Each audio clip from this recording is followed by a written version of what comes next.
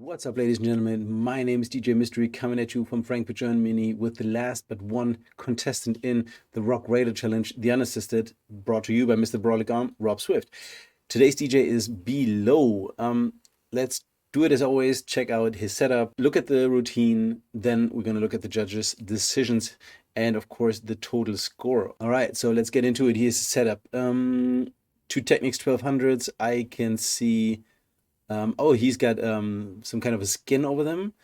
It's like I have them on my Technics. It's just a like a plastic thick vinyl kind of cover or a sticker that you use, and it's a little tricky to put it on, but once you have it, it's super clean.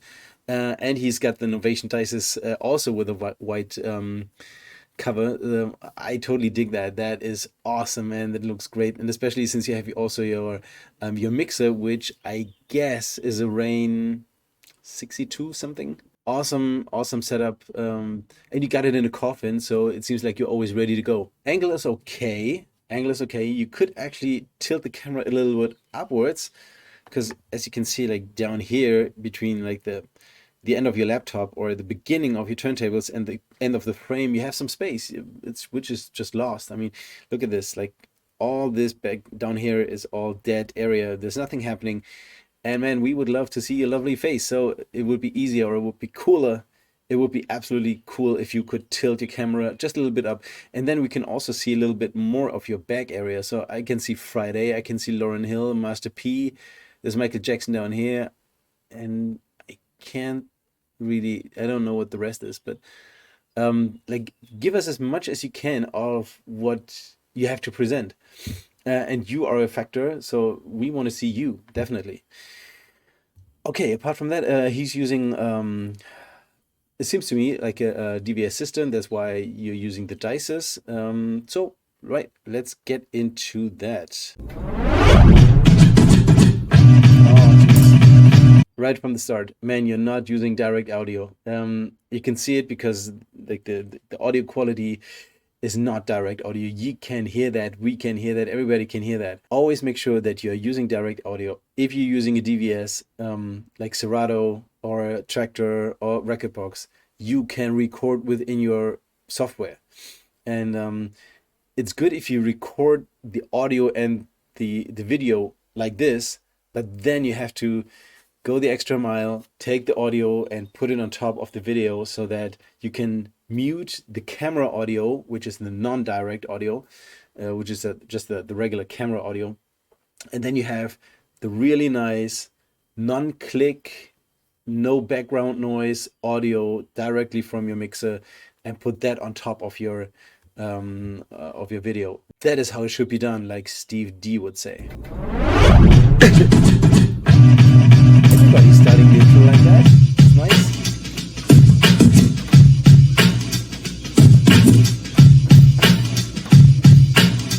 Backspins.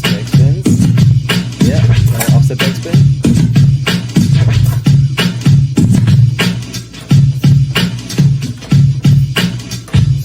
That was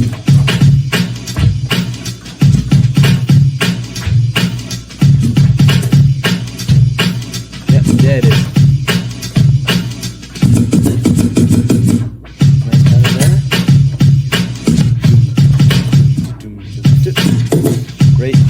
Great pattern. I like that so much. That wasn't on point. I like the fills.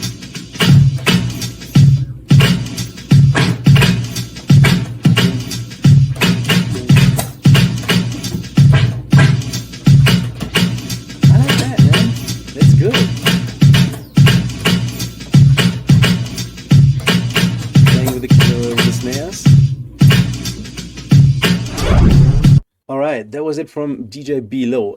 It was a simple setup, a simple routine, but yo, I like that. I really like that. The snare fills, that kind of a snare pattern. I dig that, man. I really do. It was good. It was nice. It was a nice, refreshing surprise, I gotta say. For some reason, it was different than most of the other routines. I can't explain yet why I felt that way or why I feel that way, but we're gonna get into it. So total score is 30.5. Technicality by Rob Swift 3, presentation 3, 4.5 on the originality by Rob Swift. Holy crap, that means so much. Are you aware of that? 4.5 on originality by Rob Swift, who is the originator of the swing pattern. Okay, what did Rob Swift have to say? Below struggles a bit here and there, controlling his execution of juggle patterns. Yeah, true.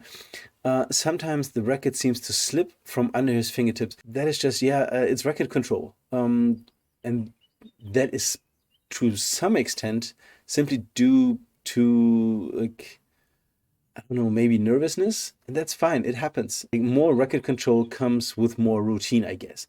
When you are more confident in what you're doing, you're confident enough to touch the racket and like do something more, like be more in control of the racket. Other times he inadvertently moves the fader to the turntable. He's cueing back, and we hear the rewinding. I didn't hear that, but that's all right. As a result, the clarity I look for in a beat juggle isn't there. Yeah, I had that feeling too. Like at some point it wasn't 100%, but all right, okay. On a positive note, I sense a lot of promise with Below. We can hear him articulate basic movements like Steve's Rock the Bell pattern in personal ways. In personal ways, what do you mean? Like in his personal kind of way of executing it? Like at one point he fills on the right turntable with a 1, which is a kick, then he drops the and 2, which is a kick snare, on the opposite turntable to complete the pattern. Okay, so 1 and 2. Okay, gotcha. The average DJ would have rewound back and dropped the 1 on the opposite side. There's those little nuances like that stood out to me in this routine. Total of 10.5. Holy crap. Okay, that's awesome, man. That's great. I mean, 4.5 by Rob Swift. I'm not sure whether you are aware of how much that means. Great shit, man. Mike C, 3.5 on the technicality, 3.5 on the presentation, 4 on the originality. I feel like the routine started off solid, ran off the track a bit, and then finished off strong again. Toward the end, I noticed that he was using multiple release points in his pattern, which is a good skill to have that will open up a lot of possibilities for or in his future juggles. So Mike C, 11 points. Not much to add from my point of view. Mr. B, 3 on the technicality, presentation 3, and originality 3. Okay, all right, now check this out. Rob Swift gave him 4.5 on the originality, Mr. B only 3. So there is some kind of a disagreement within the judges, which is always fine. It's always good to have something, like, if you want to argue, if you want to discuss something. If everybody has the same opinion, that's not very interesting. But all right, let's check out what Mr. B had to say. Technicality 3, presentation 3, originality 3. It felt like you were working your way into a groove to start. I want to say sometime after the 20-second mark is when you got some good patterns going, and they were good for a good 20 more seconds. You'll need to have all those patterns work itself into a breakdown, as that's where I thought it was going. I just feel that unassisted needs to be broken down. Okay, that's a real question of the approach to the juggle. I mean, if you're only going to do real-time juggles, then you're going to be Mike C's man. If you want to break it down, you're going to be Mr. B's man. Breaking shit down, yeah, it makes sense in this with this pattern. I don't know, just because it's that beat, maybe. All right. So, my personal point of view. All right. I like this routine. It was a nice, refreshing kind of way or kind of approach to the unassisted. I'm really looking forward to seeing Bilo in the next beat juggling competition and see where he has been coming from. Like, what has he achieved ever since then? Is there anything that he got from this routine or from this challenge that he was able to apply to his juggles in the future? We're now going to the grand finale. I'm going to drop that right after this one. So stick with me. I think we're going to look at a banger. My name is DJ Mystery from Frankfurt, Germany. Peace, y'all.